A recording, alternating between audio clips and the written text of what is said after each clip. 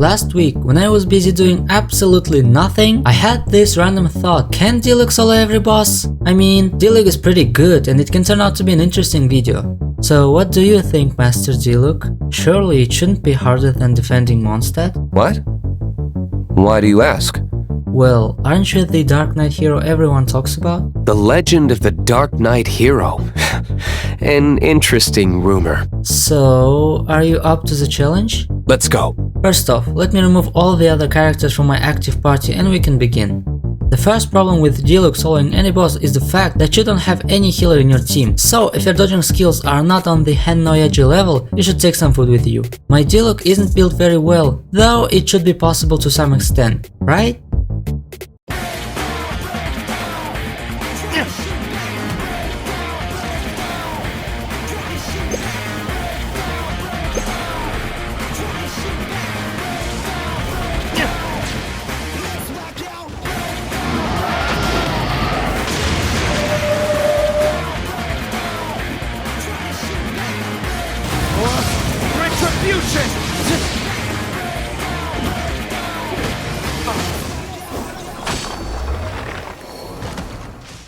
Yeah, it turned out to be a lot easier than I initially anticipated. Hit, dodge, rinse and repeat. Although I had a really good time with the Hydro Cubicle. It is so much fun. Out of weekly bosses, Dvalin was much easier to beat than Child. Well, Dvalin is generally a lot easier to beat, so that makes sense.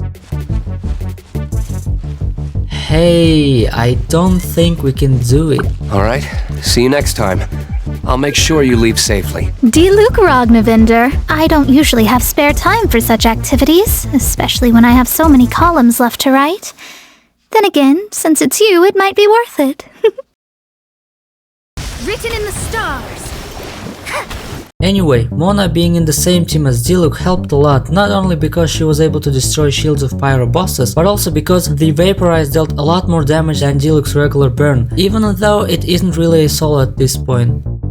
Andreus made me sweat a lot, especially in his final stage. For one, because there's no way you can dodge his Wolf King Roar. Yeah, that's the name of his attack, I didn't make it up, I swear. I mean, you can always flee, but then it'll take longer to beat him. In a full team, it's probably better to run away.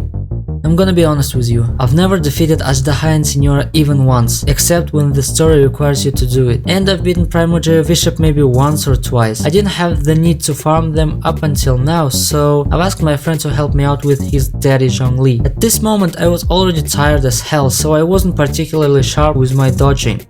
Yeah, even with the help of my friend I died on Azhdaha, and he had to finish him himself. But I barely managed to survive on Signora, with my Mona being my last hope. Finally, we were done. So, can you solo every boss using no one but Diluc? Well, the answer is you can beat most of them. You can beat every hypostasis except for the Pyro, you can beat the Cryoflower. If you're good with your dodging skills and have built Diluc decently, you can beat Oceanid and his Electro cousin. Mago Kenki shouldn't be a problem for you either. Mecha Cube and Primogeo Bishop are pain in the butt, but I'm pretty confident you can beat them with food and maybe a better weapon. As for the weekly bosses, you can easily beat Child, Dvalin and Andreus. And if your Diluc is strong enough, then even Azhdaha and Signora, as they don't really require you to use other elements per se. Besides, you can actually deal damage to the Pyro Regisvine without breaking his shield.